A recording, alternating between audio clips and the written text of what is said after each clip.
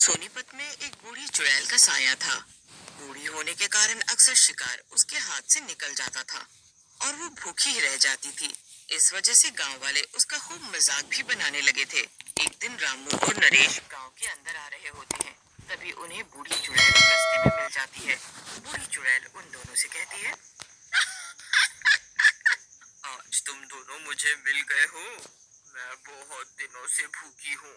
आज मैं पेट भर खाऊंगी। चुड़ैल की बात सुनकर रामू घबरा जाता है और बोलता है, चुड़ैल जी, हम दोनों को जाने दो। हम दोनों के परिवार वाले हम दोनों का इंतजार कर रहे होंगे। रामू भैया, तुम सच में बहुत फट्टू हो यार। अरे ये चुड़ैल तो हमें तब मारेगी ना जब ये हमें पकड़ पाएगी। हाँ? नरेश की बात सुनकर चुड़ैल कहती है, तुम दोनों क्या समझते हो मुझे? अभी बताती हो तुम दोनों को। आज तुम दोनों का सूप बनाकर पीऊंगी। ऐसा कहकर चुड़ैल गुस्से में नरेश और रामू की तरफ बढ़ती है। लेकिन रामू और नरेश वहां से भागने लगते हैं। फिर नरेश और रामू तेजी से भागते हुए गांव के अंदर चले जाते हैं। चुड़ैल फिर से भूखी रह जाती है। हाय रे मेरी फूटी किस्मत, मैं फिर से आज भूखी की भूखी ही रह गई। अगर मैं बूढ़ी ना होती और मेरे घुटने जवाब ना देते तो मैं इस दुष्ट को बताती। इसे बिल्कुल भी जिंदा नहीं छोड़ती मैं। तभी चुड़ैल की नजर वहां खेल रहे एक कुत्ते के पिल्ले पर पड़ती है। चुड़ैल आगे बढ़कर उसे उठा लेती है और बोलती है, अरे कहाँ जा रहा है मेरे शिकार? आज तो मैं कुत्ता पार्टी करूंगी। इंसान न सही, कुत्ते का मांस ही सही।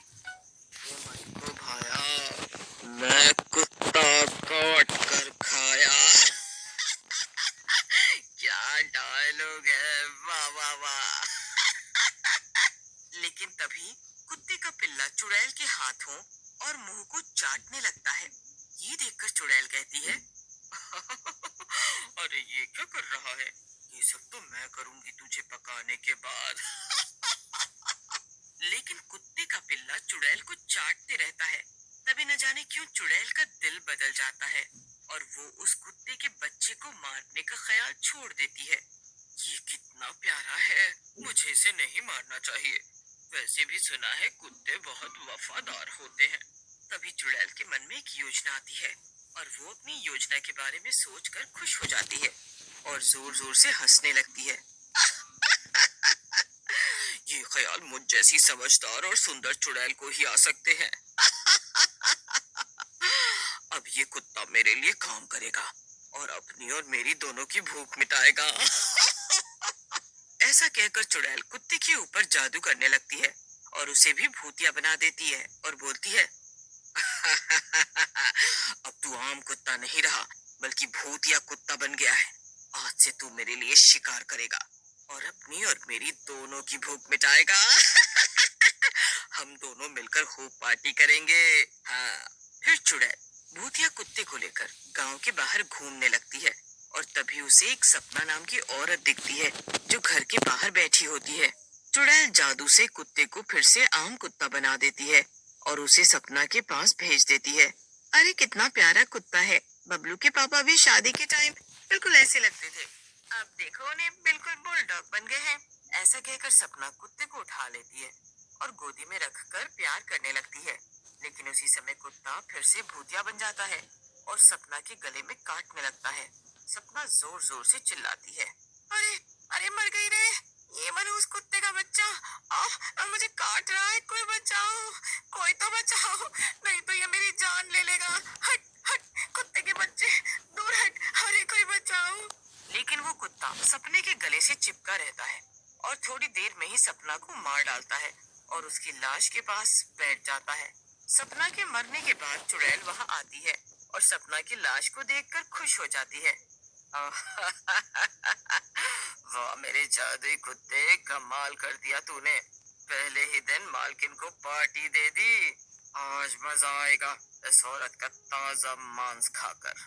ऐसा कहकर चुड़ैल सपना का मांस खाने लगती है और थोड़ी ही देर में उसे पूरा खा जाती है और उसके बाद अपने कुत्ते को लेकर वहां से चली जाती है। वाह मजा आ गया। कितने दिनों बाद मनपसंद का खाना मिला है। आत्मा तृप्त हो गई है, आज तो खूब सोऊंगी। इतना खाने के बाद नींद भी तो बढ़िया आएगी अब मुझे। गांव वाले सपना की मौत से परेशान हो जाते हैं और उसकी कटी फटी लाश देखकर दुखी होकर सरपंच से कहते हैं, अरे सरपंच जी, न जाने किसने सपना को इस बेरहमी से मारा है। बेचारी का पूरा शरीर खा गया है। न जाने कौन सा दरिंदा था।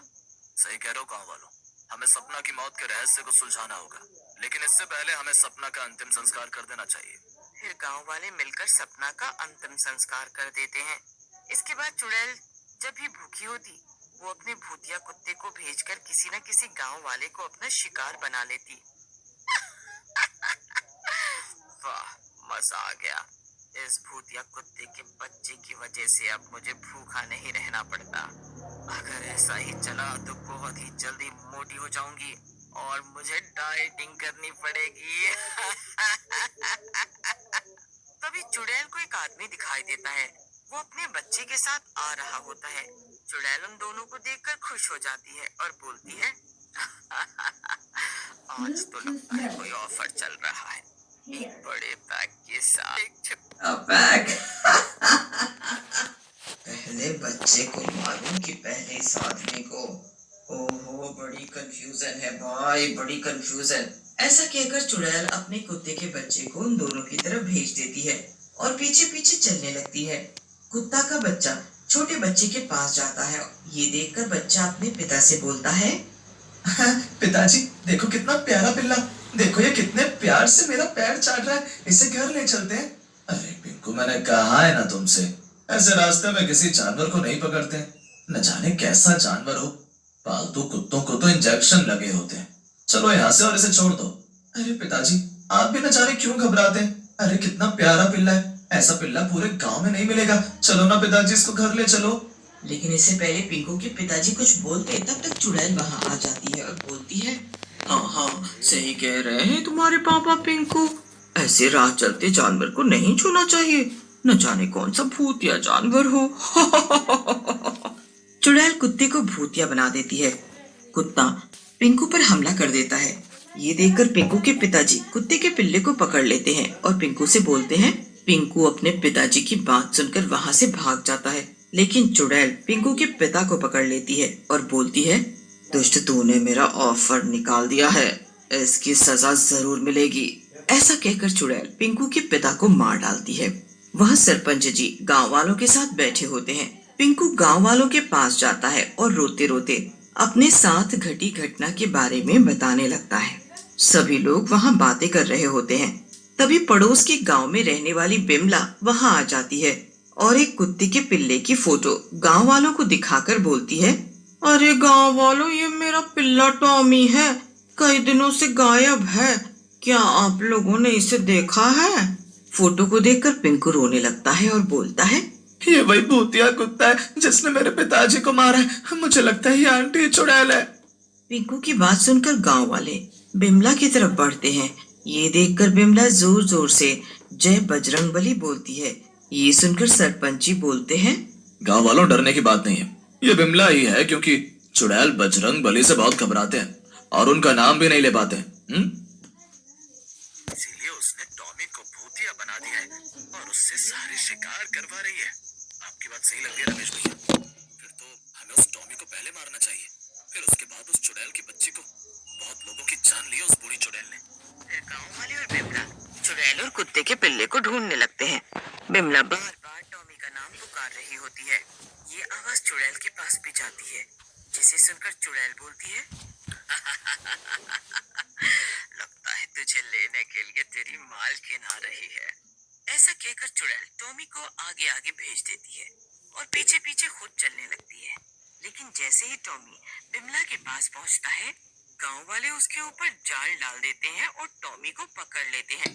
इसके बाद गांव वाले और बिमला झाड़ियों में छुप जाते हैं। उसी समय चुड़ैल वहां आ जाती है और बोलती है, अरे ये क्या हो गया, मेरे जादुई कुत्ते को किसने पकड़ लिया है? ऐसा कहकर चुड़ैल कुत्ते को छुड़ाने के लिए झुकती है, लेकिन तभी गांव वाले चुड़ैल को पकड़ लेते हैं। गांव वाले चुड़ैल के ऊपर पेट्रोल छिड़ककर आग लगा देते हैं। थोड़ी ही देर में चुड़ैल पूरी तरह जल जाती है।